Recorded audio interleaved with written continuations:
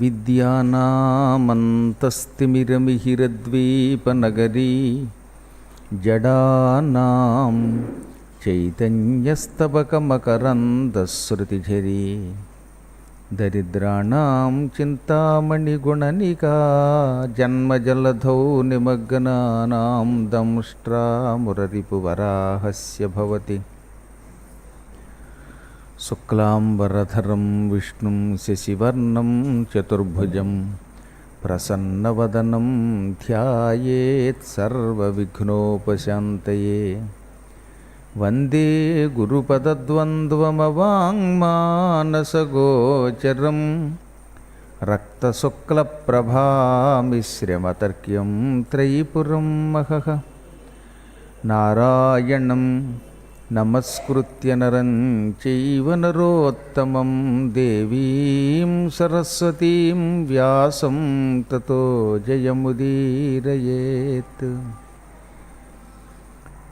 ఆంజనేయమతిపాటలాననం కాంచనాద్రికమనీయవిగ్రహం పారిజాతతరుమూలవాసినం భావయామి పవమాననందనం భావయామి పవమాననందనం. వైదేహీ సహితం సురద్రుమతలే హైమే మహామంటపే మధ్యే పుష్పకమాసనే మణిమయే వీరాసనే సుస్థితం. అగ్రే వాచయతి ప్రభంజనసుతే తత్వం మునిభ్యః పరం. వ్యాఖ్యాంతం భరతాదిభిః పరివృతం రామం భజే శ్యామలం. కూజంతం రామ రామేతి మధురం మధురాక్షరం ఆరుహ్య కవితాశాఖాం వందే వాల్మీకి కోకిలం. మనందరం అత్యంత భక్తి శ్రద్ధలతో వాల్మీకి మహర్షికి నమస్కారం చేసుకు తీరాలి. ఆయన అనుగ్రహమే లేకపోతే ఇవాళ రామాయణం అనే ఒక గొప్ప ఇతిహాసం లేదు. బాయ్ ఇది కట్టేయటం, ఈ మైక్ ఒకటి సరిగ్గా చూడు.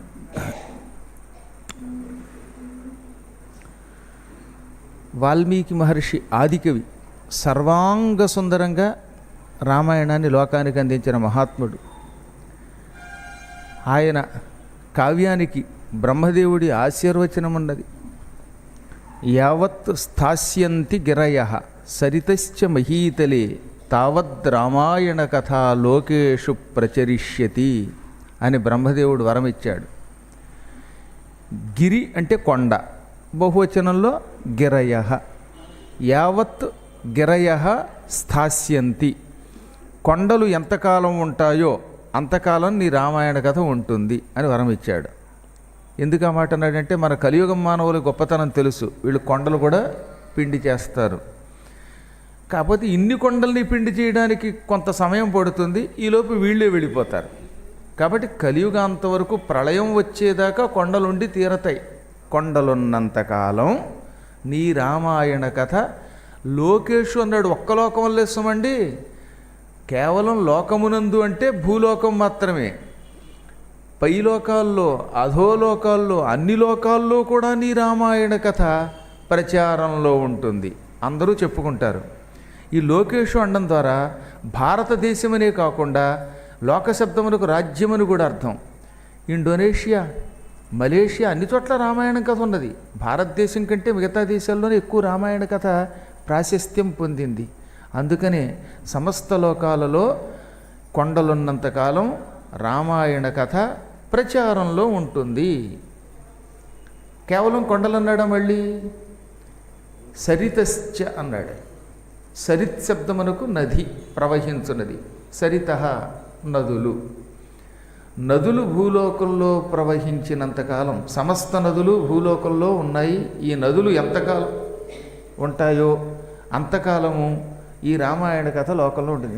మొత్తం మీద కొండలున్నంతకాలం, నదులు ప్రవహిస్తున్నంతకాలం ఈ భూమండలంలో రామాయణ కథ ప్రచారంలో ఉంటుంది. ఎన్నాళ్ళు ఎంతమంది చెప్పుకున్నా మళ్ళీ ఎప్పటికప్పుడు కొత్తగానే అనిపించే అపూర్వగాథ ఈ రామాయణ గాథ. అందుకే రామాయణానికి ఈ వరాన్ని బ్రహ్మదేవుడిచ్చాడు. వాల్మీకి రామాయణంలో ప్రారంభంలోనే బ్రహ్మ వాల్మీకి ప్రత్యక్షమై ఈ వరం ఇచ్చినట్టుగా ఉంది. ఎవరి శక్తిని బట్టి వాళ్ళు రామాయణాన్ని అర్థం చేసుకుంటారు. అందులో ఈ చిత్రకూట పర్వతంలో ఉత్తర రామాయణం ప్రత్యేకంగా చెప్పుకోవాలి. అలా చెప్పుకుంటే ముందు ఇహం తర్వాత పరం రెండూ లభిస్తాయి. ఇహపరాలు రెండూ ప్రసాదించే అపూర్వగాథ రామాయణ గాథ. అందులో భాగంగా తృణబిందు మహర్షి యొక్క కుమార్తె పులస్త్య ప్రజాపతి వల్ల గర్భం ధరించి విశ్రవసుడనే ఒక కొడుకుని కన్నది. ఇతడు మహావేద పండితుడు. ఒక్కసారి వింటే దేన్ని మర్చిపోట. ఎందుకు ఈ మాట ప్రత్యేకంగా వాల్మీకి రామాయణంలో చెప్పారంటే, ఇవాళ ఇక్కడ ఒక 100 మంది చేరారనుకుందాం. వీళ్ళందరూ తమ పేర్లు చెప్పాక మళ్ళీ ఒక గంట పోయాక నీ పేరేమిటని అడిగితే నా పేరేమిటో నేనే మర్చిపోయానండి అన్నవాళ్ళు ఉన్నారు కొందరు. ఎన్నిసార్లు చెప్పినా వాళ్ళ పేర్లు మనకు గుర్తుండలేదు, మనలాంటి వాళ్ళ కొందరికి. కానీ మరి రామాయణంలో ఎన్ని పేర్లు ఉన్నాయో ఒకసారి ఆలోచించండి. రాక్షసుల పేర్లు కొన్ని లక్షల మంది పేర్లు ఉన్నాయి. మహాభారతంలో ఇంక అసంఖ్యాక నామాలు ఉన్నాయి. పురాణాల్లో ఎంతోమంది రాక్షసులు, మునులు, ఇటువంటి మహాత్ముల పేర్లు ఉన్నాయి. ఇవన్నీ కంఠస్థం చేయాలంటే ఎంత కష్టం. విశ్రవసుడు ఆనాటికి భూలోకంలో ఉన్న ప్రసిద్ధికెక్కిన వాళ్ళందరి పేర్లు టకటకటక చెప్పేవాట, అమర కోసం చెప్పినట్టుగా. అందుకని ఆయన్ని జ్ఞాని అన్నారు. నిన్న సినిమా పాట విన్నామండి, వాళ్ళ ఆ పాట ఏమిటో గుర్తులేదండి అన్నవాళ్ళు చాలామంది ఉన్నారు. గురువుగారు మీకు ఈ పాట వినిపిద్దాం అనుకున్నాను, ఆ పాట ఏమిటో గుర్తు రావట్లేదండి. ఇవి మన కలియుగం మానవుల యొక్క జ్ఞాపక శక్తి. కానీ విశ్రవసుడు అలా కాదు. ఒకసారి విన్నంత మాత్రం చేతనే మళ్ళీ ఎప్పుడూ జీవితంలో మర్చిపోట్ట. అందుకే ఆయనకి ఆ ప్రత్యేకమైన పేరు పెట్టారు. ఈయనకి దేవవర్ణిని అనే ఒక దేవతా స్త్రీనిచ్చి బ్రహ్మదేవుడు పెళ్లి చేశాడు. ఈ దేవవర్ణినికి ఇలవిల అని పేరు. అనగా భూలోకములో ఉన్న మహారహస్యములన్నీ ఎరిగినది. భూలోక రహస్యం ఎరిగిన వాడికి దేని మీద వ్యామోహం ఉండదండి. వస్తువుల మీద వ్యామోహం ఎంతకాలం ఉంటుంది అంటే భూలోకము యొక్క రహస్యం తెలియనంతకాలమే. ఈ భూలోకంలో మానవ జీవితం పరిమితం. ఇవాళున్న సంపదలు, ఇవాళున్న గృహాలు, ఇవాళున్న బంధుత్వాలు, ఇవాళున్న ఈ జనం ఎవ్వరూ ఎవరితో రారు అనే జ్ఞానం కలిగితే ఇలవిలా అంటారు. ఆ జ్ఞానం అంతో ఎంతో మనకి లేకపోలేదు. ఇంత కష్టపడి ఇక్కడికి వచ్చాం, ఇవి విన్నాం, మళ్ళీ ఇంటికి వెడతాం, మన ఇల్లు అనుకుంటాడు వీడు. కానీ వీడు ఇంటికి వెళ్ళేలోపు ఇల్లు ఉండొచ్చు, ఉండకపోవచ్చు. ఇంటికి వెళ్ళాక వీడెంతకాలం ఉంటాడో తెలియదు, వీడి బంధువులు ఉంటారో లేదో తెలియదు. తనతో ఏదీ రాదు, ఏ వస్తువు శాశ్వతం కాదని తెలిసినా నేను, నా ఇల్లు, నా వాళ్ళు, మేము సుఖంగా ఉంటామనే ఒక భ్రమ కలిగి ఉంటే అటువంటి వ్యక్తిని జీవుడు అన్నారు. ఈ జీవులకు అతీతంగా సృష్టి రహస్యం గ్రహించి ఏదీ శాశ్వతంగా ఉండదనే జ్ఞానం కలిగినది గనక దేవవర్ణినికి ఇలవిల అని పేరు పెట్టారు. ఈ ఇలవిల ఎంతో భక్తితో విశ్రవసుణ్ణి సేవించింది. వారిద్దరికీ ఒక కొడుకు పుట్టాడు. ఆయనే వైశ్రవణుడు. మొదట్లో ఆయన పేరు వైశ్రవణుడు, విశ్రవసుని కొడుకు కనుక తర్వాత కుబేరుడు అని పేరెట్టారు. తపస్సు చేయటం వల్ల ఆయన కుబేరుడయ్యాడు. కానీ మొదట్లో ఆయన పేరు వైశ్రవణుడు. ఇతడు మహాత్ముడు, జ్ఞాని. చాలా భక్తి శ్రద్ధలతో బ్రహ్మని మెప్పించి బ్రహ్మవరాలు పొందాడు. శివుణ్ణి కాశీ వెళ్ళి సేవించి ఈశ్వరుడి యొక్క అనుగ్రహం పొందాడు. వాళ్ళ నాన్న దగ్గరికి వెళ్ళి, నాన్నగారు బ్రహ్మదేవుడు వరాలు ఇచ్చాడు, బ్రహ్మ ఏమని వరాలు ఇచ్చాట, నీవు పిలిచినంత మాత్రం చేత అష్టసిద్ధులు నీ దగ్గరకు వస్తాయి, నవనిధులు నీ దగ్గరకు వస్తాయి, నువ్వు మహాత్ముడు అవుతావు, తొందరలో ఈశ్వరుని అనుగ్రహం పొందుతావు. నేను ప్రస్తుతం దిక్కులకు అధిపతుల్ని నియమిస్తున్నాను. ఇప్పటివరకు 3 దిక్కులకి, ఏ దిక్కులకి, తూర్పు దిక్కుకి ఇంద్రుణ్ణి అధిపతిని చేశాను, దక్షిణం దిక్కుకి యమధర్మరాజుని అధిపతిని చేశాను, పశ్చిమ దిక్కుకి వరుణుణ్ణి అధిపతిని చేశాను, ఇంకా ఉత్తర దిక్కుకి అధిపతిని ఎవరిని పెట్టాలా అన్న ఆలోచనలో ఉన్నాను. ఈ సమయంలో నువ్వు నా దగ్గరకు వచ్చి వరాలు అడుగుతున్నావు కాబట్టి ఇప్పుడు వరం ఇవ్వలేను, ప్రస్తుతానికి నువ్వు భూలోకానికి పో. భూలోకంలో లంక అనే ఒక గొప్ప ద్వీపం ఉన్నది త్రికూట పర్వతం మీద. త్రికూటమని ఒక గొప్ప పర్వతాల శ్రేణి ఉన్నదిలేండి భూలోకంలో. అదే ఇప్పుడు మనం శ్రీలంక అని పిలుస్తున్నామే, అక్కడ 3 కూటాలు ఉంటాయి.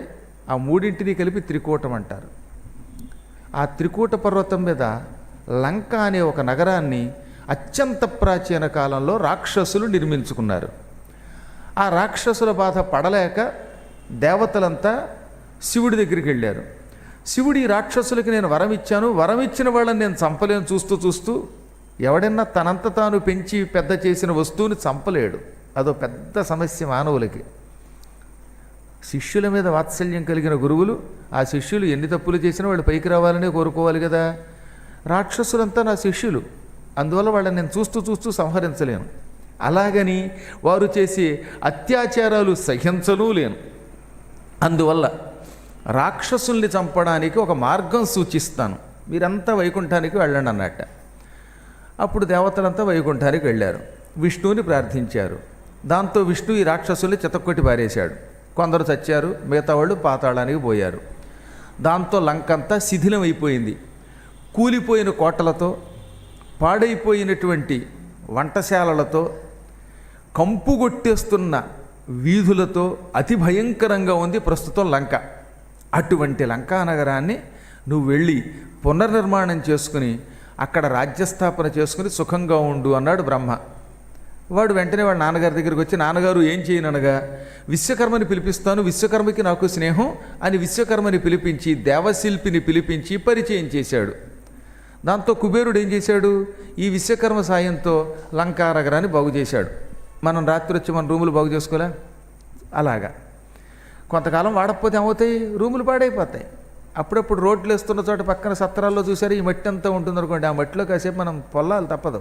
అలాగే శిథిలం అయిపోయినటువంటి లంకా నగరాన్ని ఎంతో కష్టపడి కుబేరుడు అతని అనుచరులు విశ్వకర్మ సహాయంతో బాగు చేసుకుని బంగారపు నగరాన్ని నిర్మాణం చేశారు. స్వర్ణమయం లంక అంటే. ఇప్పటికి కూడా మీకు సుందరకాండ ప్రారంభంలో ఏమని ఉంటుంది, త్రికూట శిఖరే లంకాం స్థితాం స్వస్థోదర్శ.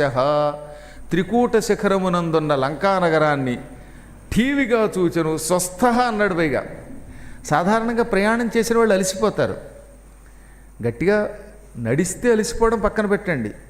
మీకు బస్సులో సీట్ ఇచ్చినా, ఫ్రంట్ సీట్ ఇచ్చినా దిగ్గానే ఒళ్ళు పులకరం వచ్చిందట, చన్నీళ్ళు చేయలేకపోయారట పాపం ఒక ఆయన. అంటే బస్సులో కూర్చుంటేనే అలసిపోతే హనుమంతుడు అంత దూరం గాలిలో, సముద్రపు గాలిలో ఎగిరాడు. ఎగిరి వెళ్ళి కొండ మీదకి దిగాడు. అప్పుడు ఆయన శరీరం ఎలా ఉండాలి, అలసిపోయి ఉండాలి, నీరసపడి ఉండాలి, ఎప్పుడు పడుకుందామా అని ఉండాలి. కానీ స్వస్థ ఆరోగ్యంగా ఉన్నట్టు ఆయన. అంత ఎగిరినా ఆయనకి ఏం లేదట. కాబట్టి జ్ఞానుల యొక్క శరీరం అలా ఉంటుంది, అయింది జ్ఞానబలం. అటువంటి త్రికూట శిఖరం మీద ఉన్న లంకా నగరాన్ని బంగారు భవనములతో నిర్మాణం చేయించి అద్భుతమైన రాజవీధులు తీర్చిదిద్ది చాలా బాగు చేశాడు. ఇంకా లంక లాంటి నగరం ఆ రోజుల్లో లేదు, సుందరమైనది లంకా నగరం అంటే అన్నట్టుగా కుబేరుడు తీర్చిదిద్దుకొని అందులో అడుగుపెట్టాడు. ఈ కుబేరుడు ఆయన అనుయాయులు దాన్ని శుభ్రం చేసుకుని అందులో శివుణ్ణి ప్రతిష్ఠించుకుని పూజించుకుంటూ సుఖంగా బతికారు.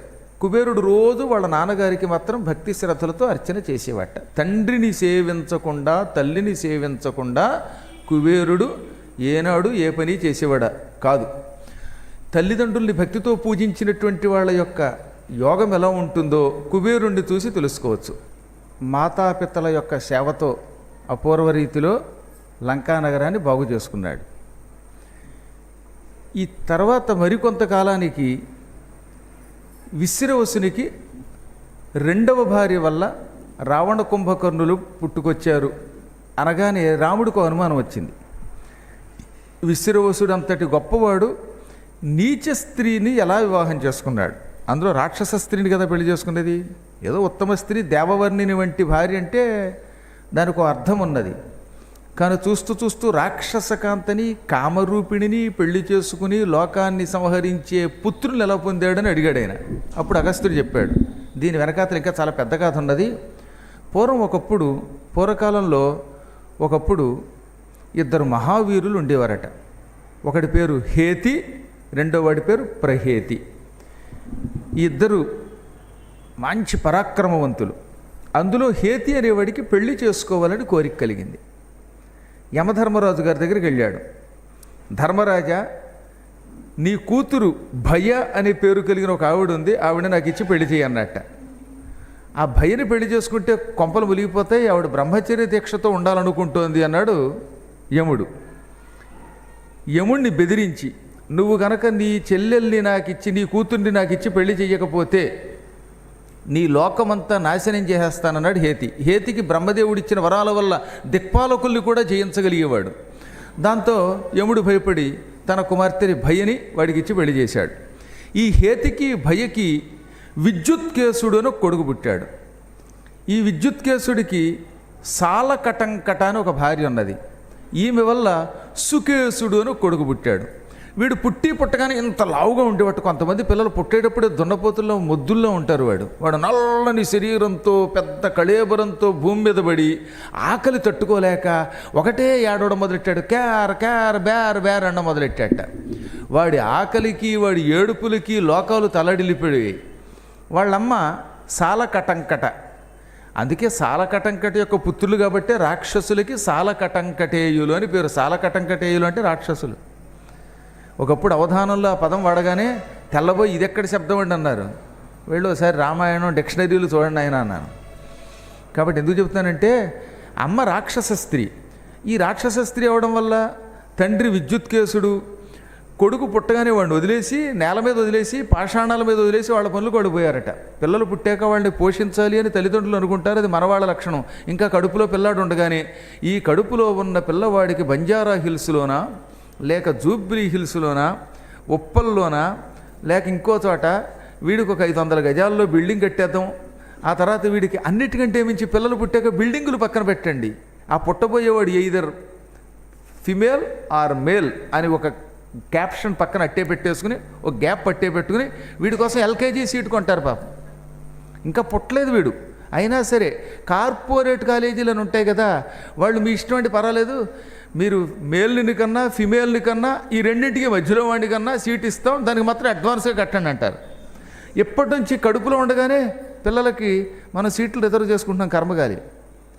వీళ్ళకి ఎంతసేపు ఈ ఎల్కేజీ సీట్లు కాలేజీ సీట్లు భూమి మీద ఇళ్ల కోసం రిజర్వేషన్ పెట్టుకుంటున్నాం. కానీ వైకుంఠానికి తీసుకెడదాం, పద్మాకర్ గారితో యాత్ర కడదాం, యాత్రకు 6 నెలల ముందు అనౌన్స్ చేసినా వీళ్ళ దుంపల దగ్గర తత్కాలే తీసుకుంటారు. కానీ ఇక్కడ మాత్రం తత్కాలే, కానీ అక్కడ మాత్రం ముందుకే అడ్వాన్స్గా టికెట్లు తీసుకుంటారు. ఈ మనుషులు ఎంత విచిత్రమైన వ్యక్తులు అని నేను అనలేదు.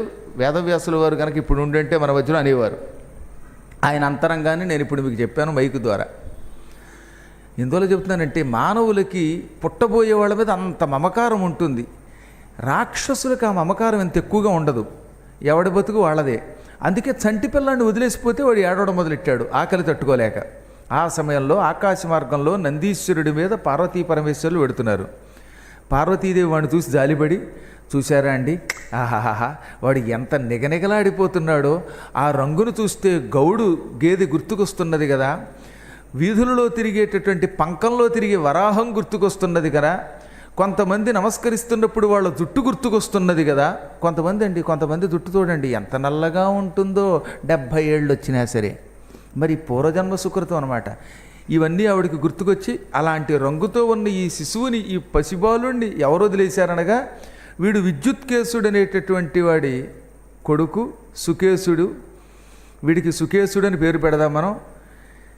వీడు ఆకలితో ఏడుస్తున్నాడు అనగానే ఆవిడ జాలిపడి ఇలా బొటనవేలు వాడి నోట్లో పెట్టి పాలు నోట్లో పోసిందిట.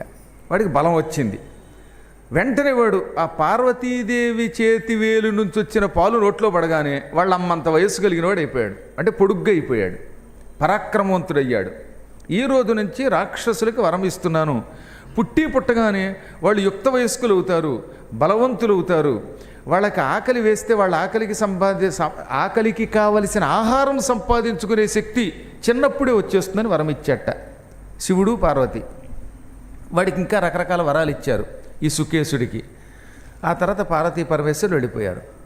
అప్పటి నుంచి అన్నమాట ఈ సుకేశుడు వాడి వంశస్థులంటే పార్వతీ పరమేశ్వరులకి వ్యామోహం వచ్చింది.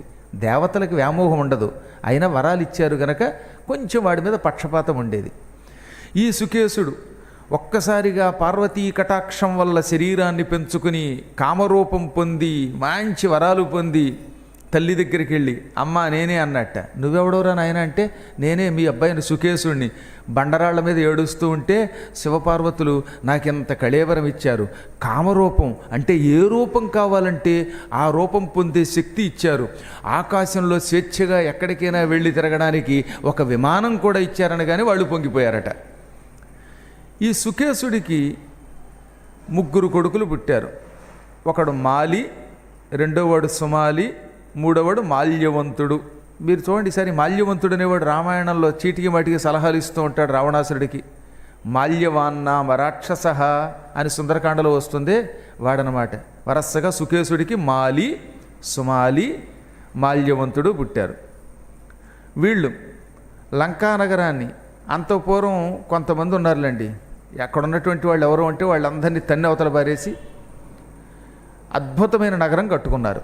ఆ నగరంలో చేరి దేవతల్ని చితక్కొట్టేశారు, మానవుల్ని కొల్లబొడి చేశారు, కనిపించిన స్త్రీలను ఎత్తుకొచ్చేసేవారు. పరమ భయంకరులు వాళ్ళు. లంకానగరాన్ని ఆక్రమించుకున్న తర్వాత బ్రహ్మదేవుడి దగ్గరికి వెళ్ళారు, బ్రహ్మని మెప్పించారు, వరాలు పొందారు. శివుడి దగ్గరికి వెళ్ళారు, శివుడిని మెప్పించారు, శివుడి వరాలు పొందారు. ఇంకక్కడి నుంచి లోకాల్లో ఉన్న వాళ్ళందరినీ పీడించడం మొదలుపెట్టారు. వాళ్ళ కాలంలో ఆడవాళ్ళు సుఖంగా బతికేవారు కాదు, వాళ్ళు పరమ నీచులు వాళ్ళు. దాంతో దేవతలు వణికిపోయి ఒకనాడు ఈశ్వరుడి దగ్గరికి వెళ్ళారు. పరమేశ్వర, నీవు వరాలు ఇవ్వడం వల్ల సుకేశుడు, వాడి పిల్లలైన మాలి, సుమాలి, మాల్యవంతుడు అనేవాళ్ళు విజృంభించి త్రికూట పర్వతం మీద లంక అనే ఒక నగరం నిర్మాణం చేసుకుని ఆపై బ్రహ్మని వరాలతో మెప్పించి ఆ వరాలు పొంది కండకావరం పొందారు. నీవు వాళ్ళకి వరాలు ఇచ్చావు. పాపాత్ములకి పాలు పోస్తే అది చాలా ప్రమాదం. పాముకి పాలు పోస్తే ఎంత ప్రమాదం? పాము పాలు తాగితే విషం కక్కుతుంది. పాపాత్ములకు వరాలు ఇస్తే లోకాలను పీడిస్తారు. అందుకే పాపాత్ముల దగ్గర ఎక్కువ సంపద ఉండకూడదు, పాపాత్ముల దగ్గరికి వరాలు వెళ్ళకూడదు. వరం పాపాత్ములకి కండకావరం పెంచుతుంది. వాళ్ళు ఇప్పుడు దేవతల్ని నాశనం చేస్తున్నారు, యజ్ఞాలు పాడు చేస్తున్నారు, భూలోకాన్ని విధ్వంసం చేస్తున్నారు. రక్షించమంటే విష్ణువు దగ్గరికి వెళ్ళండి, ఆ సుకేశుడికి నేను వరం ఇచ్చాను, అందువల్ల చూస్తూ చూస్తూ వాడిని చంపలేను అన్నట్టు. ఆయన చంపలేకపోయినా వాడిని ఉపేక్షించకూడదుగా, అందుకే విష్ణువు దగ్గరికి పంపిస్తున్నాను మిమ్మల్ని అన్నాడు. దేవతలు వెళ్ళారు, విష్ణువు దగ్గర మొరపెట్టారు. దాంతో విష్ణువు గరుత్మంతుని మీద వచ్చి ఘోర యుద్ధం చేసి మాలి అనేవాడిని సుదర్శన చక్రంతో నరికి పారేశాడు. ఈ మాలికి 4 కొడుకులు, అనలుడు, వెనలుడు, సంపాతి, విదురుడు. ఈ 4 విభీషణుడికి మంత్రులు. తెలుసుగా మీకు తర్వాత విభీషణుడి దగ్గర ఎప్పుడు 4 మంత్రులు ఉంటారే, ఈ మాలి కొడుకులు వాళ్ళు 4. అందులో ఆఖరి వాడి పేరు సంపాతి. ఈ సంపాతి కాదు, జటాయువు యొక్క అన్నగారు సంపాతి కాదు, వీడి పేరు కూడా సంపాతి. ఈ విధంగా ముందు మాలిని చంపేశాడు. సుమాలిని గదతో 4 పీకాడు. మాల్యవంతుడి మాడు పగలగొట్టాడు. రాక్షసుల్ని 5 లక్షల మందిని సంహరించాడు. దాంతో వాళ్ళు హడిలిపోయి లంకానగరం వదిలి పాతాళానికి పోయారు. ఆ తర్వాత కొంతకాలానికి లంక అంతా శిథిలమైపోయింది, ఎవ్వరూ లేరు అక్కడ. అప్పుడప్పుడు నా రూములోకి వస్తున్న ఎలకలు, ఇక్కడ మధ్యలో ఉపన్యాసం మధ్యలోకి వచ్చిన ఈ ఎలక, అక్కడక్కడ వచ్చే కొన్ని దోమలు, బల్లులు, ఇటువంటివి మాత్రమే మిగిలేట. లంకానగరంలో ఇవి తప్ప ఇంకేమీ లేవు. ఇప్పుడు ఆ లంక శిథిలమైపోతే బ్రహ్మదేవుడి ఆజ్ఞతోటి, ఇటు తండ్రి గారి ఆజ్ఞతోటి ఆ లంకా నగరాన్ని పునర్నిర్మాణం చేసుకున్నాడు. ఇది అసలు కథ అని రాముడికి మళ్ళీ అగస్త్యుడు చెప్పాడు. లంకని చాలా బాగు చేసుకున్న కొంతకాలం తర్వాత ఈ పాతాళానికి పోయిన సుమాలి, మాల్యవంతుడు వీళ్ళు అప్పుడప్పుడు భూమి మీదకి వచ్చేవారట. విష్ణు బలమే బలం అండి బాబు, ఆయన దెబ్బలు ఇప్పటికి కూడా తట్టుకోలేకపోతున్నాం, మచ్చలు అలా వండిపోయాయి. ఆ విష్ణువే అంటే ఆయన ఎక్కి తిరిగే గరుత్మంతుడు రెక్కలతో కొట్టిన దెబ్బలకి ఇప్పటికి బొప్పులు కట్టి ఆ బొప్పులు తగ్గట్లేదు వాళ్ళకి. విష్ణువుని పక్కన పెట్టండి, ఆయన పరమాత్ముడు. విష్ణువాహనం గరుత్మంతుడు రెక్కలతో కొడితే ఆ రెక్కలకి బొప్పులు కట్టి ఆ బొప్పులు ఎప్పటికీ తగ్గట్లేదట. అందుకని మనకి భయంగా ఉంది. అయినా లంకానగరం మన నగరం ఎలా ఉందో చూసుకుందామని ఒక్కనాడు వాళ్ళంతా రహస్యంగా మారు వేషాల్లో భూమికి వచ్చారు. తీరా లంకకు వచ్చి చూస్తే ఆ లంకానగరంలో విశ్రవసపుత్రుడు, వైశ్రవణుడు, కుబేరుడు అపూర్వ రీతిలో లంకానగరాన్ని పునర్నిర్మాణం చేసుకుని దర్జాగా ఏలుతున్నాడు. అప్పుడు వాళ్ళు కాషాయ వస్త్రాలు వేసుకుని మారువేషాల్లో అక్కడ ఉన్న వాళ్ళని అడిగారట, ఈ లంక శిథిలమైపోయింది కదా, పాడైపోయిన లంక ఇంత గొప్పగా ఎలా తయారయ్యింది అన్నారు. అప్పుడు అక్కడ ఉన్నవాళ్ళు ఎవరు అన్నారు, విశ్రవసుడని ఒక మహాత్ముడు ఉన్నాడండి. ఆయన భార్య దేవవర్ణిని లేక ఇలవిల, ఆవిడ కొడుకు ఈయన పేరు వైశ్రవణుడు. ఇతడు మహాత్ముడు, బ్రహ్మని మెప్పించాడు, శివుణ్ణి మెప్పించాడు, దాంతో వరాలు పొందాడు. ఈ లంకానగరం కుప్పకూలిపోయిన శిథిలమైపోయిన దౌర్భాగ్య స్థితిలో ఉన్న లంకానగరాన్ని అపూర్వ రీతిలో నిర్మాణం చేసుకుని పరిపాలిస్తున్నాడు. అనగానే మాలి తమ్ముడు సుమాలి, అబ్బా విశ్రవసునికి ఇటువంటి కొడుకు పుట్టాడనమాట. ఆ విశ్రవసుడు వీరాధి వీరుల్ని కనగలిగే గొప్పవాడు అయి ఉంటాడు. ఆయన ఎలా ఉంటాడో చూద్దాం అనుకుని విశ్రవసుడు ఉన్న చోటికి వెళ్ళాడు. ఆ సమయంలో విశ్రవసుడు అందమైన శరీరంతో ఓ యజ్ఞం చేస్తున్నట్ట. అందమైన శరీరంతో యజ్ఞం చేయడం అనడం ద్వారా యజ్ఞం చేసేవాళ్ళు అందరి శరీరాలు అందంగా ఉంటాయా? కానీ ఈతడు నిత్యం సౌందర్యంతో ఉండేవట. ఆ సౌందర్యం చూడగానే ఆయనకి ఆశ్చర్యం కలిగింది. ఈ విశ్రవసుడు అసాధారణ పాండిత్యం కలిగినవాడు, అందగాడు, ఇతడికి పుట్టే పిల్లలు గొప్పవాళ్ళు అవుతారు. ఇటువంటి వాడు కనుక నాకు అల్లుడైతే నాకు కూడా బంగారం లాంటి మనవడు పుడతాడు. వాడి సాయంతో మా లంకానగరాన్ని తిరిగి పొందొచ్చు అనుకున్నట్ట. ఈ సుమాలికి 6 కొడుకులు పుట్టారు. ముందు ఆ 6 కొడుకులు వరసగా కునరణ్యుడు, కుంభీధరుడు, ప్రఘసుడు, భాసకర్ణుడు, విరూపాక్షుడు, సంక్రుద్ధుడు అనే 6 కొడుకులు. ఆ తర్వాత 5 మళ్ళీ కొడుకులు పుట్టారు రెండో భార్య వల్ల. ఈ 5 కొడుకులు మహాభారత యుద్ధంలో మహాపారుషుడు, మహోదరుడు, విరూపాక్షుడు, యోపాక్షుడు అని పిలువబడేవాడు. 6, 5, 11 కొడుకులు అయ్యాక మూడో భార్య ద్వారా 4 కూతుళ్ళు పుట్టారు. ఆ 4 కూతుర్లో ఒక ఆవిడ పేరు కుంభీనస, ఇంకో ఆవిడ పేరు భాసకర్ణి, ఇంకో ఆవిడ పేరు కైకసి, మరొక ఆవిడ పేరు మహాపారిశ్య. ఈ 4 కూతుళ్ళు. ఈ పేర్లు మళ్ళీ మిమ్మల్ని అడుగుతాను, పురాణం వినడం కాదు. బయటికి వెళ్ళాక సుమాలి యొక్క పిల్లలు ఎంతమంది భార్యలు ఇప్పుడు చెప్పండి. సుమాలికి ఎంతమంది? 11 మంది కొడుకులు.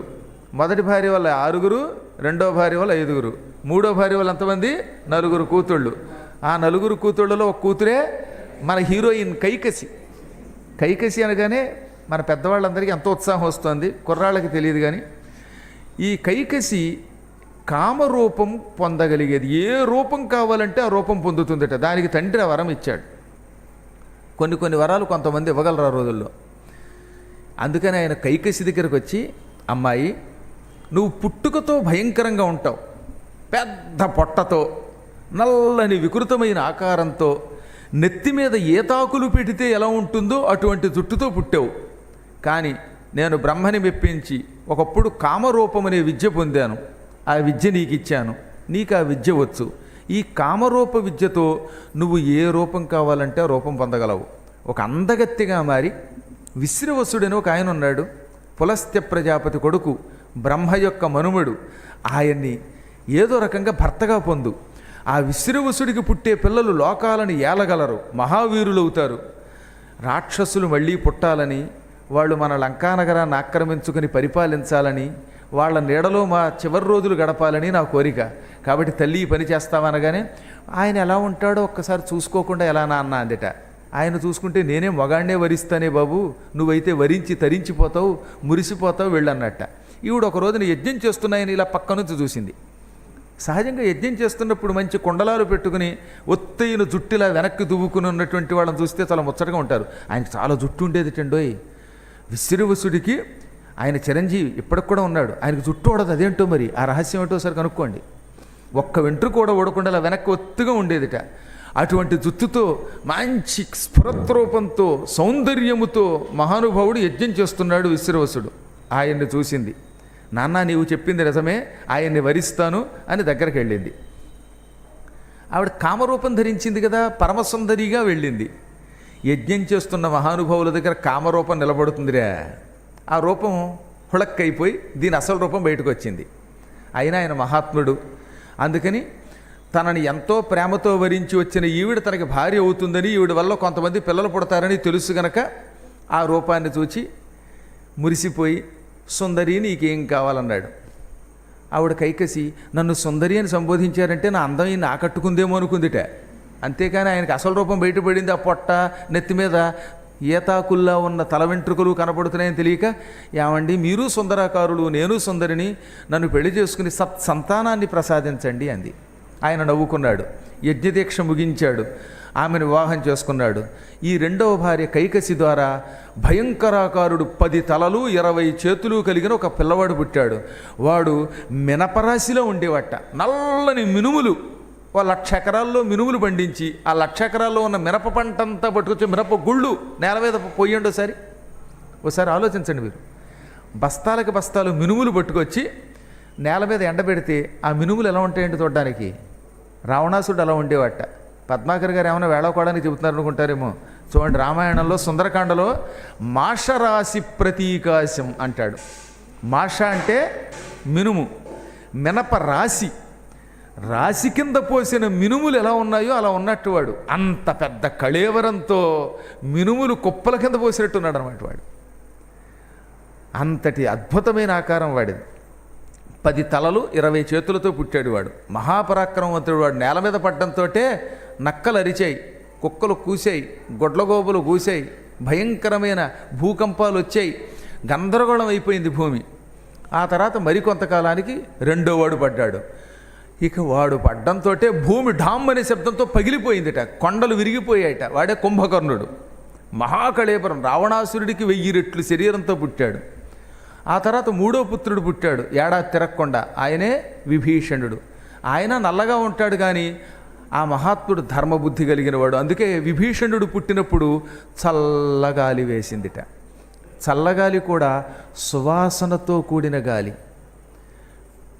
కొంతమంది ఇళ్ళని ఎంతో సువాసనతో ఉంచుతారు. మరి వాళ్ళు ఎలా ఇంటిని జాగ్రత్తగా మెయింటైన్ చేస్తారో తెలియదు కానీ ఒక్కొక్కటి ఇంట్లోకి అడుగు పెడితే హాయిగా స్వర్గంలోకి వెళ్ళినట్టు ఉంటుంది.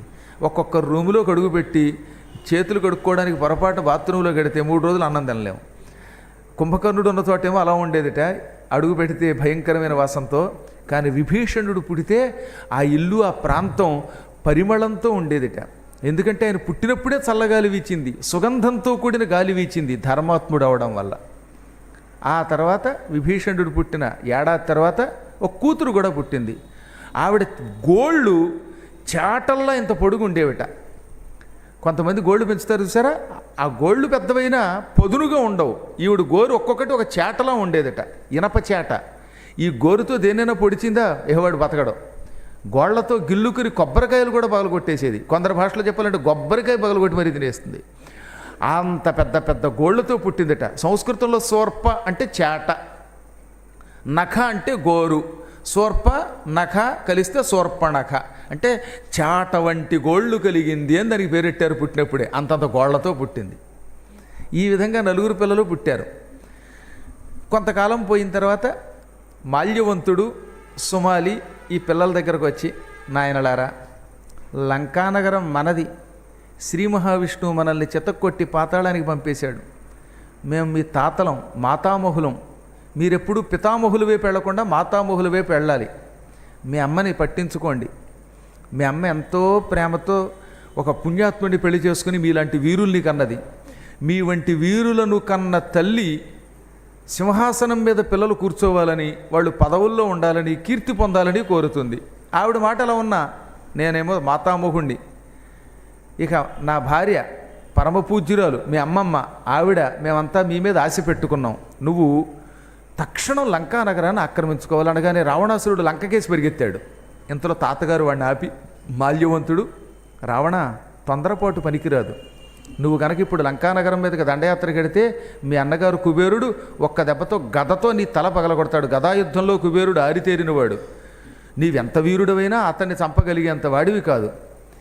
నీకు లోకాలను జయించడానికి కావలసిన పరాక్రమం వరాల వల్ల వస్తుంది. శరీరం ఎంత గొప్పదైనా దానికి వరములు తోడవ్వాలి. బ్రహ్మ కోసం తపస్సు చెయ్యి అనగా కుంభకర్ణుడు అన్నాడు. పుట్టినప్పటి నుంచి కుంభకర్ణుడు అప్పటిదాకా 5 లక్షల మందిని తినేసేట. ఏనుగుల్ని, పాములు కూడా తినేసేటండి వాడు పాతాళంలో. ఆకలి వేస్తే ఇక వాడికి అది ఇది లేదు. ఎదురుగుండా కనపడింది ఏదైనా వాడికి ఆహారమే. వాడు లేడు కాబట్టి వినడానికి మీరు, చెప్పడానికి నేను, ఆ మైకు పెట్టేవాడు, ఈ గందరగోళాలు ఉన్నాయి. లేకపోతే మైకు డబ్బాలు కూడా తినేసేవాడు. వాడు కడుపులోంచి వెళ్ళి మైకు ఢామ్ ఢామ్ అని శబ్దం చేసేది. అంత ఆకలితో పుట్టాడు వాడు. అందుకని వాడేమన్నాడు, లక్షలు లక్షల మందిని బొక్కేస్తాను నేను, మరమరాలు బఠానీలు తిన్నట్టు తింటాను, నాకు ఈ కుబేరుడు లెక్క అంటే, నాయనా నువ్వు అంత వీరుడివే, కానీ వరగర్వాలు చాలా గొప్పవి, కుబేరుడికి వరాలు ఉన్నాయి, వరాలు మీరు పొందండి అన్నట్ట. అప్పుడు రావణుడు, కుంభకర్ణుడు, విభీషణుడు ఈ ముగ్గురు తపస్సుకు బయలుదేరారు. మహాతపస్సు చేశారు, కానీ బ్రహ్మ ప్రత్యక్షం కాలేదు.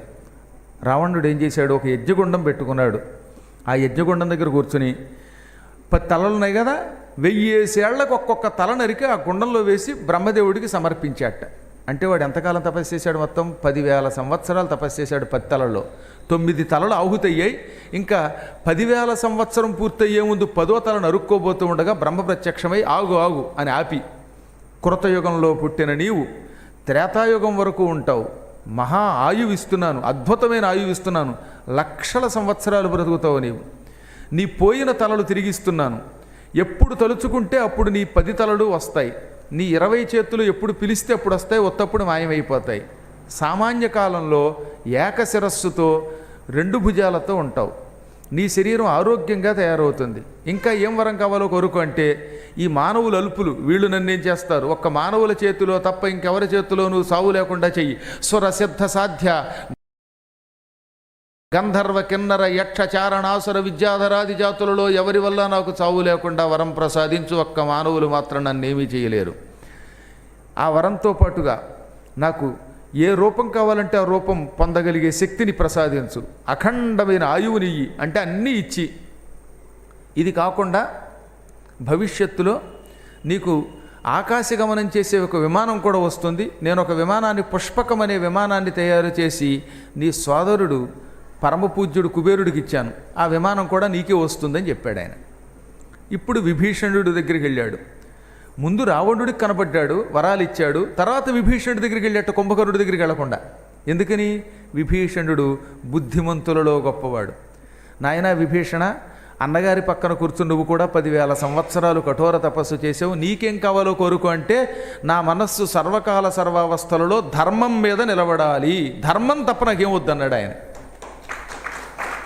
ఎవడు కోరతాడండి ఇలాగా, బ్రహ్మ ప్రత్యక్షమై నీకేం కావాలో కోరుకో అంటే, అంతటి బ్రహ్మదేవుణ్ణి నా మనస్సు ధర్మమునందు సుస్థిరమగుగాక, ధర్మం మీద సుస్థిరమైతే ఎప్పుడు గురువుగారు పద్మాకర్ గారి యాత్రలకు వెళ్ళి అక్కడికి వెడతాను, సౌకర్యాల గురించి ఆలోచించకుండా ఆయన పురాణాలు వింటాను, మధ్య మధ్యలో మైకు డిస్టర్బ్ చేసినా సరే పట్టించుకోకుండా అలాగే చెవులు రిక్కించి మరీ వింటాను, ఆయన పురాణంలో నిద్రపోను అంటాడు. వాడు ఎంత అదృష్టవంతుడు అవుతాడు అప్పుడు వాడు.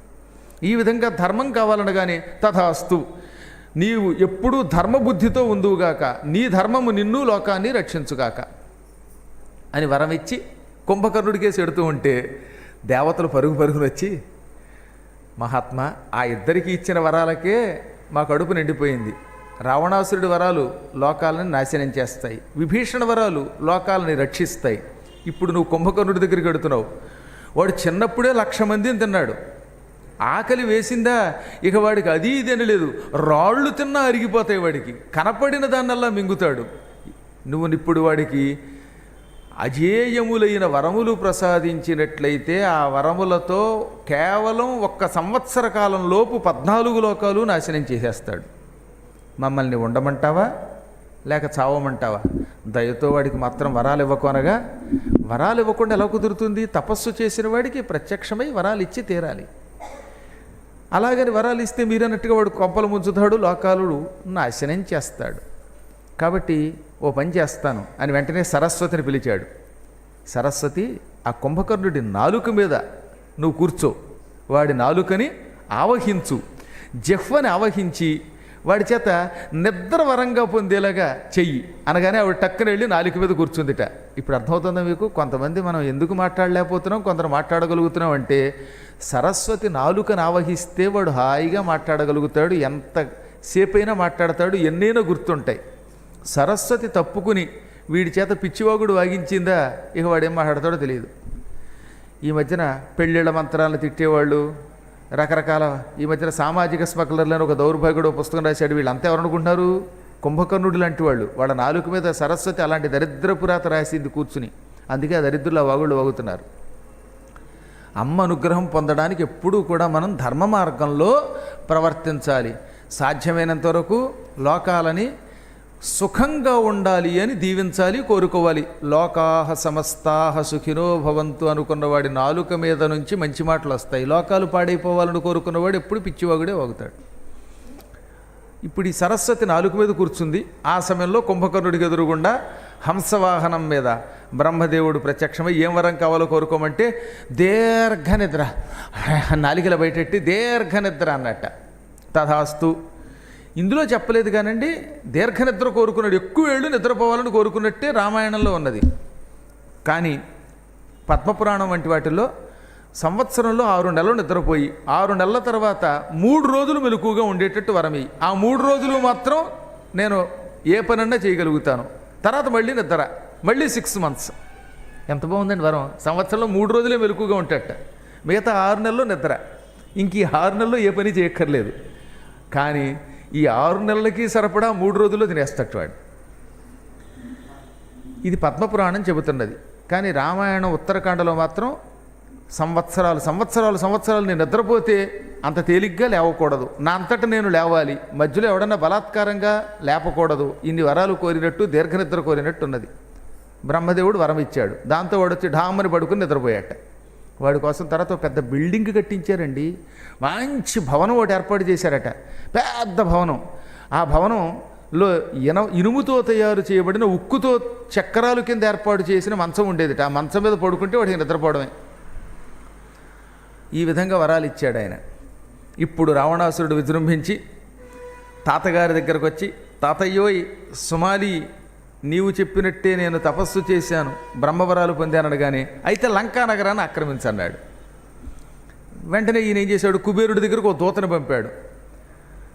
కుబేర, లంకానగరం మాది, మా లంకానగరం మాకు ఇస్తావా లేక మాతో యుద్ధం చేసి చస్తావా అని కౌరు పెడితే, ఎందుకు వచ్చింది, సోదరుడితో యుద్ధం ఏమిటి నాకు అని దూతతో సౌమ్యంగా అన్నట్టు కుబేరుడు, నేను నా తమ్ముడు ఇద్దరం సమానులం, ఈ రాజ్యం అడిగితే తమ్ముడికి ఇవ్వకుండా ఉంటానా, మా తమ్ముడికి ఈ సంపదలన్నీ ఇచ్చేస్తున్నాను, నగరం కూడా ఇచ్చేస్తున్నాను, వచ్చి తీసుకోమను అని దూతకి చెప్పి తండ్రి విశ్రవసుడి దగ్గరికి వెళ్ళి, నాన్నగారు రావణాసుడు ఇలా కౌరు పెట్టాడు. అప్పటికి రావణుడనే పేరు లేదు వాడికి, దశకంఠుడనే పేరు. మొదట్లో దశగ్రీవుడు, దశకంఠుడు, దశాస్యుడే. రావణ శబ్దం తర్వాత వచ్చిందిలేండి. సోదరుడు ఇలా కోరాడు, నేను రాజ్యం ఇస్తున్నానంటే చాలా మంచి పని చేసావు నాయనా, నీకు రహస్యం చెప్పాలి, వాడు బ్రహ్మ దగ్గర వరాలు పొందాడు కాబట్టి మీరెవరూ వాడిని ఏమీ చేయలేరు, ఇంద్రాది దేవతలు కూడా వాడిని ఏమీ చేయలేరు.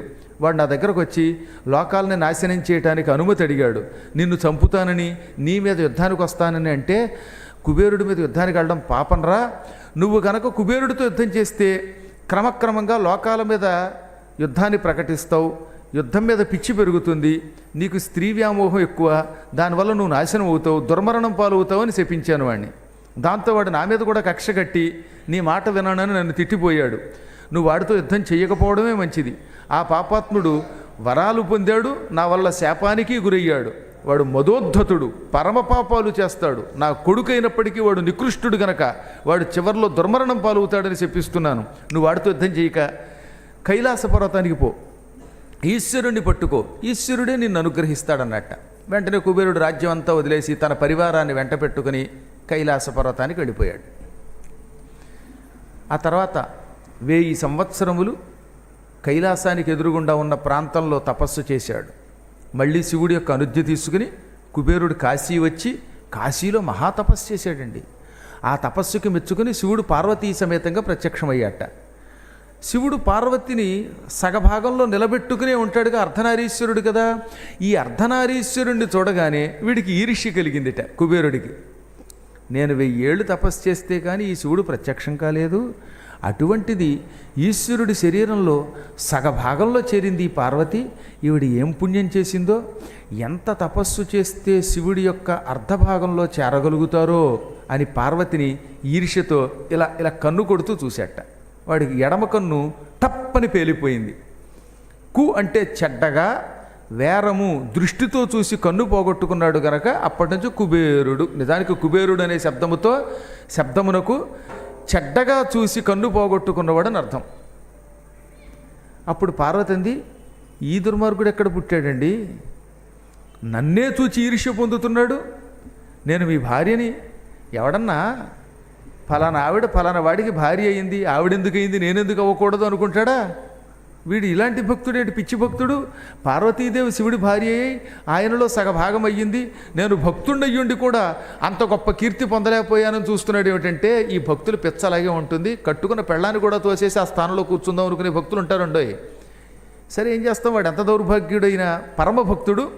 వీడి బుద్ధి మారుస్తాను, వీడిని జ్ఞానిని చేస్తాను, వీణ్ణి మన బిడ్డ కింద భావించు అనగానే కుబేరుడికి విషయం అర్థమైపోయి, అమ్మా ఎంత పొరపాటిది, ఈశ్వరుడికి భక్తితో దగ్గరికి వెళ్ళి శివభక్తుల్లో గొప్పవాడు అవ్వాలని కోరుకోవడంలో తప్పు లేదు, కానీ శివుడి భార్యను కూడా పక్కకి తోసి ఆ స్థానం ఆక్రమించాలని కోరుకోవడం మహాపాపం. నాకు అర్థమైంది, నన్ను క్షమించు తల్లి అని అమ్మవారి కాళ్ళు పట్టుకున్నాడు.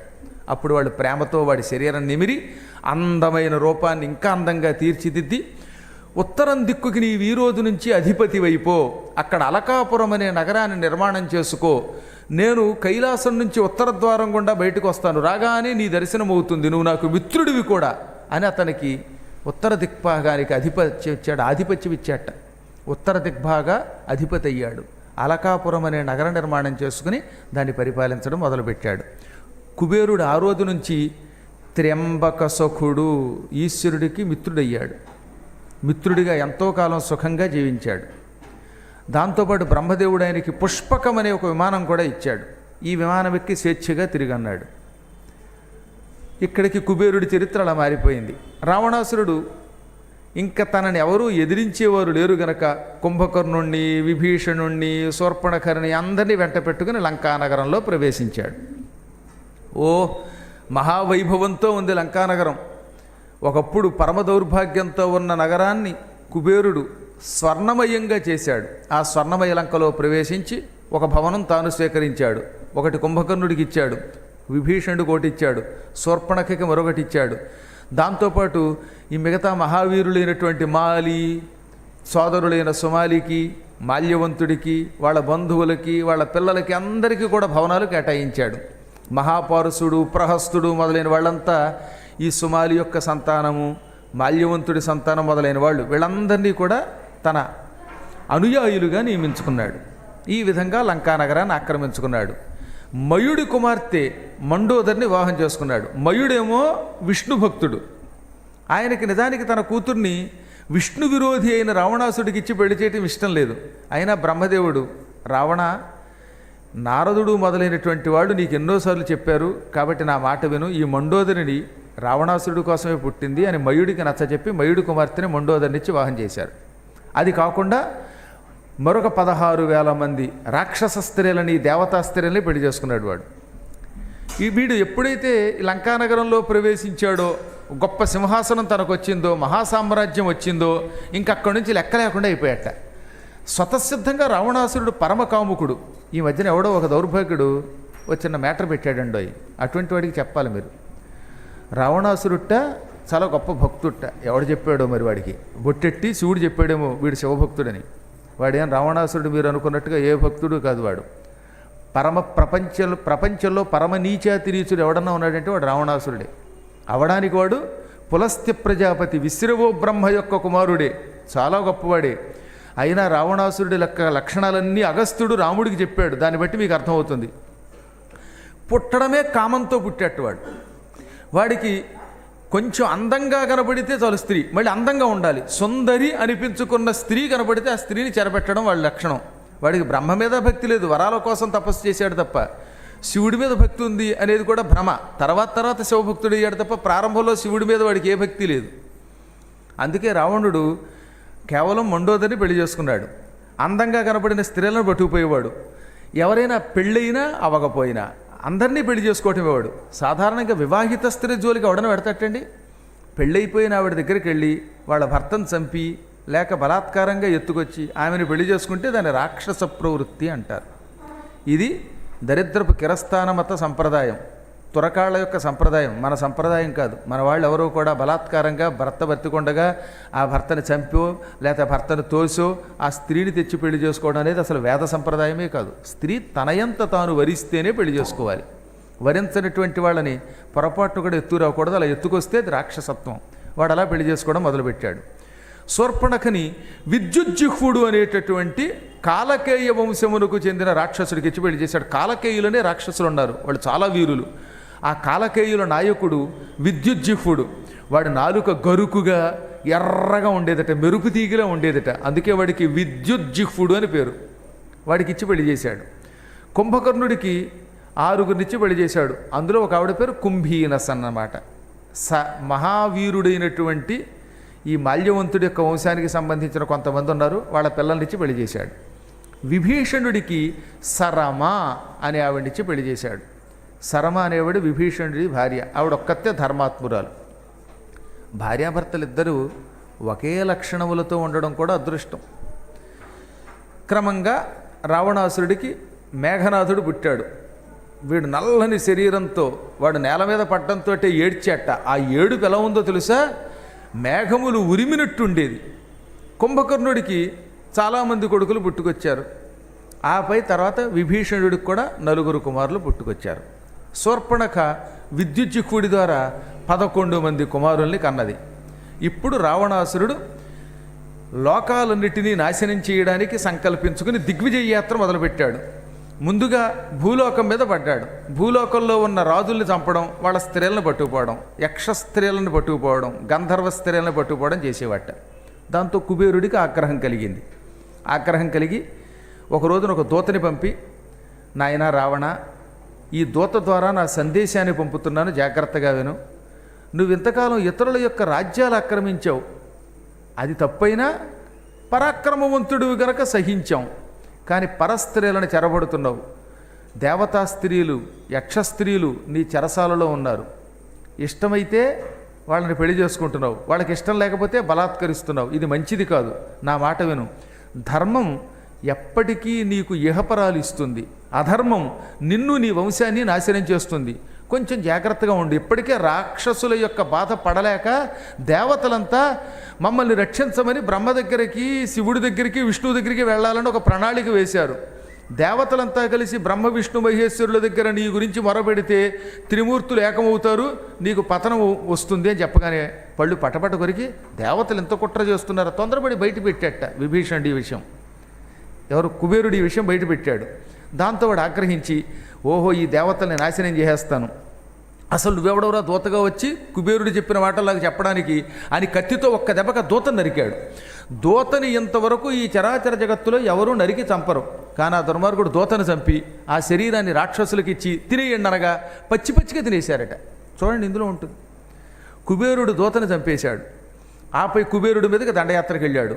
కుబేరుడికి ఆయనకి మధ్యలో ఘోర యుద్ధం జరిగింది. చివరికి కుబేరుడు నెత్తి మీద గదతో కొడితే రక్తం కక్కుకుంటూ కింద పడిపోయాడు. కుబేరుడు చచ్చిపోయాడు అనుకుని ఆయన పుష్పక విమానాన్ని ఎత్తుకుపోయాడు వాడు. ఎంతలో అష్టసిద్ధులు, నవనిధులు స్త్రీ రూపం ధరించి కుబేరుడి దగ్గరకు వచ్చి కుబేరుణ్ణి చేత్తో నిమిరి అతనికి ఆరోగ్యం ఇచ్చి మళ్ళీ పట్టుకుపోయారు. కుబేరుణ్ణి జయించాను, పుష్పకాన్ని పట్టుకుపోయాను అనుకున్నాడు. ఇది అయిన తర్వాత వెంటనే భూలోకం మీదకి దండయాత్రకు బయలుదేరుతూ ఉంటే దారిలో యమధర్మరాజు గారి లోకం కనపడింది. యమధర్మరాజు గారి మీద కూడా దండయాత్రకు వెళ్ళేటవాడు. ఇంతలో నారదుడు అడ్డుపడి, యమధర్మరాజు గారు ఇప్పుడు ప్రస్తుతం ఒక గొప్ప యజ్ఞంలో ఉన్నాడు, ఆ యజ్ఞం పాడు చేయకు, నీకు నిజంగా ఆయన మీద కోపం ఉంటే ఇంకోసారి ఎప్పుడైనా యుద్ధానికి వెళ్ళు అని ఒక మహాభయంకరమైన ఆపదని నివారించాట. దాంతో వాడు అక్కడి నుంచి బయలుదేరాడు. మంచి వేగంగా కైలాస పర్వతం కేసి వచ్చాడు. అది కైలాసం. కైలాసములు 2 ఉన్నాయి. ఒకటి భూలోక కైలాసం, ఒకటి ఊర్ధ్వ కైలాసం. ఊర్ధ్వ కైలాసం మనకి ఎవరికీ కనపడదు. భూలోక కైలాసం మాత్రం ప్రస్తుతం హిమాలయ పర్వతాల్లో కేదార ప్రాంతంలో ఉన్నది. భూలోకంలో కూడా తాత్కాలిక కైలాసం పెట్టుకున్నట్టు శివుడు తన భక్తులను అనుగ్రహించడానికి కేదారం అనే ఒక క్షేత్రం పెట్టాడు. రేపు వచ్చే సంవత్సరం జూన్ 27వ తారీఖు నాడు ముహూర్తం పెట్టాం. సుఖస్థలంలో భాగవత సప్తాహం చేశాక చారుధామయాత్రకు వెడుతున్నాం. అప్పుడు గనక మీరు వస్తే ఆ భూలోక కైలాసం కేదార క్షేత్రం చూడొచ్చు. ఏం పర్వాలేదు, ఆ కేదారం దగ్గర ఉన్న మందాకినిలో బుడుంగని ములగండి, మీ పాపాలన్నీ పోతాయి. మీ పాపాలతో పాటుగా ఇంచుమించుగా కుటుంబంలో ఉన్న అందరి పాపాలు పోతాయి. ఇప్పుడు మళ్ళీ కొంతమందికి అనుమానం రావచ్చు, మేము పాపాత్ములమానని. భూలోకంలో మనం ఏదో పాపం చేయకుండా ఉండలేం, గుర్తుపెట్టుకోండి. మనం బ్రతకాలి కదండి. మీ ఇంట్లో దోమలు ఉంటున్నాయా? దోమలు లేని వాళ్ళు ఎవరినో ఉంటే చేయొద్దండి. మా ఇంట్లో ఎప్పుడు ఒక్క దోమ కూడా రాదు అన్నవాళ్ళు చేయొద్దండి. మా ఇంట్లోకి గ్యారంటీగా దోమలు వస్తాయని వాడు చేయొద్దండి. అబ్బో, దోమలు కూడా లేని వాళ్ళు లేరు. దోమలు పోవడానికి ఏం చేస్తున్నాం మనం? ఆల్ అవుట్లో లేకపోతే హిట్లో కొడుతున్నావా? దోమలు వస్తున్నాయా? అది పాపం కాదు మరి. అన్నం వండి మన దగ్గర పెడుతున్నారు, ఈ అన్నంలో పురుగులు చచ్చిపోవట్లేదు మరి. చాలా బాగుందని సాంబారు బోసుకు తాగారు, సాంబార్లో తెల్లని పురుగులు ఉంటాయి అప్పుడప్పుడు మనకి తెలియకుండానే. ఏం చేస్తాం? మన చేతిలో ఉంటాయా? ఆ తెల్లని పురుగులు కూడా పోపులో పడి ఎంతో రుచిగా కనపడచ్చు. మనకేం తెలుస్తాయి? క్యారెట్ దుంపల్లో, బంగాళాదుంపల్లో, చిలగడ దుంపల్లో దుంపదించేటటువంటి క్రిములు ఎన్నో ఉన్నాయి, కనపడేవి కొన్ని, కనపడనివి కొన్ని. కాబట్టి అనుక్షణం మనం భోజనం చేస్తున్నామంటే కొన్ని జీవులు మన కడుపులోకి వెళ్ళిపోతున్నాయి. ఏది శుద్ధ శాకాహారుల విషయం. రోజు సిపిఐ పార్టీలో ఒకడున్నాడు, వాడు పొద్దున్న సాయంకాలం రోజు 2 పూట 2 కోళ్ళు, కోడి లేకుండా వాడి బోడి తలకే కదలదు. అలాంటి వాళ్ళ సంగతి చెప్పక్కర్లేదు. కాబట్టి నిరంతరం మనం బ్రతకడానికి కొన్ని జీవుల్ని తింటున్నాం. నడుస్తున్నప్పుడు కాలి కింద పడి ఎన్నో జీవులు చచ్చిపోతున్నాయి. యజ్ఞగుండంలో కట్టెలు వేస్తే హరిక కట్టెల్లో కూడా పురుగులుండి చచ్చిపోయి ఉన్నాయి తెలుసా? ఎంత జాగ్రత్త పడినా కట్టెల్లో కూడా పురుగులు ఉండొచ్చు. అనుక్షణము మానవుడు ఏదో ఒక హింస చేస్తూనే ఉంటాడు. ఇది కాకుండా అప్పుడప్పుడు గురువుగారికి చెప్పకుండా కొన్ని పనులు చేస్తున్నాం, అవి పాపాలే. దాంతో పాపం ఈ గురువుగారు ఎప్పుడన్నా కొంచెం కోపగించి తిడితే అది గురువుగారికి పాపమే. ఏం చేస్తాం? అందరికీ పాపాలే. ఇవన్నీ బరువులే. ఈ విధముగా నిరంతరం మానవుడు 10 విధములైన పాపములు చేస్తాట. కాయికము, వాచికము, మానసికము అని పాపములు 3 విధములు. శరీరముతో చేసే పాపములు 3, వాక్కుతో చేసే పాపములు 4, మానసికమైన పాపాలు 3. మానసిక పాపాలు కనబడవాలండి, వాక్కుతోనే పాపాలు తెలిసిపోతాయి. తోంసొంట అని తిట్టామంటే ఆ తిట్లు తెలిసిపోతాయి. కాబట్టి వాక్కుకు సంబంధించిన పాపాలు తెలుస్తాయి, శరీరంతో చేసే పాపాలు తెలుస్తాయి, కానీ మానసిక పాపాలు ఏం తెలుస్తాయి? పైకి మాత్రం గురుర్ బ్రహ్మ గురుర్ విష్ణు అని స్తోత్రం చేసి పురాణం మొదలెట్టి లోపల ఈ దుర్మార్గుడు ఏమంటాడో అన్నామా, అది వాచిక పాపం కాకుండా మానసిక పాపం. చెప్పలేము మనం. కాబట్టి ఏ క్షణంలో మనస్సులో ఏ ఊహ వస్తుందో మనకి తెలియదు. ఒక్కోసారి ఇతరుల వస్తువులను కూడా కోరుకోవచ్చు మనం. అవతల వాళ్ళు మంచి బంగారం లాంటి ఉంగరం పెట్టుకున్నారు కూడా, ఆహాహా ఈ ఉంగరం ఎంతో బాగుంది, ఇది నాకు కావాలనిపిస్తే అది పాపమేటండి. పరుల యొక్క వస్తువుని మనస్సులో కూడా కోరుకోకూడదు, అంత దౌర్భాగ్యం మరొకట్లేదు. కాబట్టి ఈ 3 విధములైన పాపములను మనం ఆచరిస్తున్నాం. మొత్తం వెరసెన్నమాట? మానసిక పాపాలు 3, శారీరక పాపాలు 3, వాచిక పాపములు 4, కలిసి 10 పాపములు.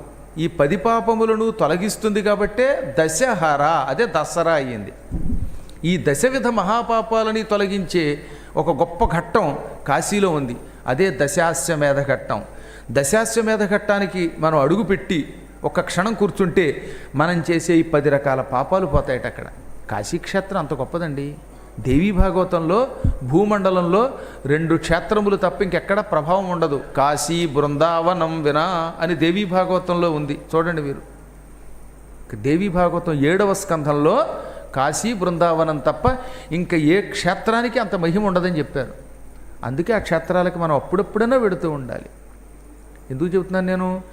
వీడు ఊర్ధ్వ కైలాసానికి వెళ్ళలేదు, భూలోక కైలాసానికి కేదార క్షేత్రం దగ్గరకు వచ్చాడు. ఆ పైన కేదారం దగ్గర ఆకాశంలో ఒక కైలాసం ఉన్నది, అది ఆకాశంలో ఉంటుంది. హిమాలయ పర్వతాల్లో కొండల పైన ఉంటుంది ఆ కైలాసం. ఎవరికి పడితే వాళ్ళకి కనపడదు. ఆ కైలాస పర్వత ప్రాంగణానికి తన మంత్రులతో కలిసి విమానం ఎక్కి బయలుదేరేట్టు వీడు. అక్కడ దాకా రాగానే విమానం టక్కన ఆగిపోయింది. ఓసి విమానమా, పుష్పకమా, ఎందుకు ఆగావు, కదులు అన్నాడు వాడు. విమానం కదలలేదు, ఎంత ప్రయత్నించినా కదలకుండా స్తంభించింది. ఇంతలో నున్నని గుండు చేయించుకుని ఆ గుండుకి అటు ఇటు 2 కొమ్ములతో ఓ శూలం పుచ్చుకొని నల్లగా పొట్టి చేతులతో ఎర్రని పింగళ వర్ణంలో ఉన్న ఒకానొక భయంకరమైన నేత్రాలతో ఉన్న పురుషుడు వచ్చాడు. అతడి రూపం చూస్తే గగుర్పాటు కలుగుతున్నది. నల్లగా ఉన్నాడు, కళ్ళు పూర్తి ఎరుపు కాదు, అలాగని తెలుపు కాదు, నలుపు కాదు, పింగళ వర్ణం. అదొక విచిత్రమైన ఎరుపు అన్నమాట. పసుపు ఎరుపు కలిపిన రంగుని పింగళం అంటారు. అటువంటి కళ్ళతో, పూర్తిగా నున్నని గుండుతో, ఆ గుండుకు అటు ఇటు 2 కొమ్ములతో, చేతిలో శూలంతో, కొంచెం పొట్టి చేతులతో, దృఢమైన కాయంతో ఉన్న ఒక ఆయన వచ్చాడు.